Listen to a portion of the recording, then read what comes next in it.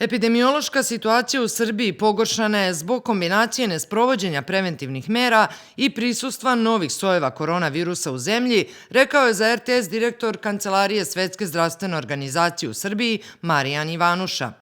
Znamo da su mere koje sprečavaju prenos virusa, fizička distanca, nošenje maske, higijena ruku, higijena kašlja i naravno, ako je neko bolestan, treba da bude u striktnoj izolaciji i njegovi kontakti treba da budu u karantinu. Dakle, naše ponašanje je od velikog značaja za to kakav će biti trend i kakve će biti brojke, rekao je Ivanuša. Poslednjim presekom stanja u Srbiji registrovano je skoro 5.000 slučajeva zaraze, a Ivanuša je ocenio da taj broj može brzo da poraste na 8.000 i da ugrozi zdravstveni sistem.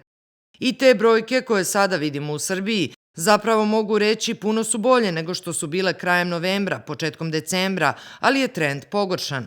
Mi znamo da kad vi imate preko 4.000 obolelih dnevno, jako brzo taj broj može da poraste na 8.000, a imali smo preko 8.000 u Srbiji i znamo šta to znači za zdravstveni sektor, bolnice. Znači, situacija je jako ozbiljna, ocenjuje direktor Svetske zdravstvene organizacije u Srbiji. Naveo je da je teško izračunati koliki procenat građana treba da bude vakcinisan da bi se ostvario kolektivni imunitet i istakao da je prerano govoriti o tome. Naročito imajući u vidu pojavu virusa koji se lakše prenosi. Ako se virus lakše prenosi, onda treba da bude više vakcinisanih za ostvarivanje kolektivnog imuniteta, rekao Ivanuša.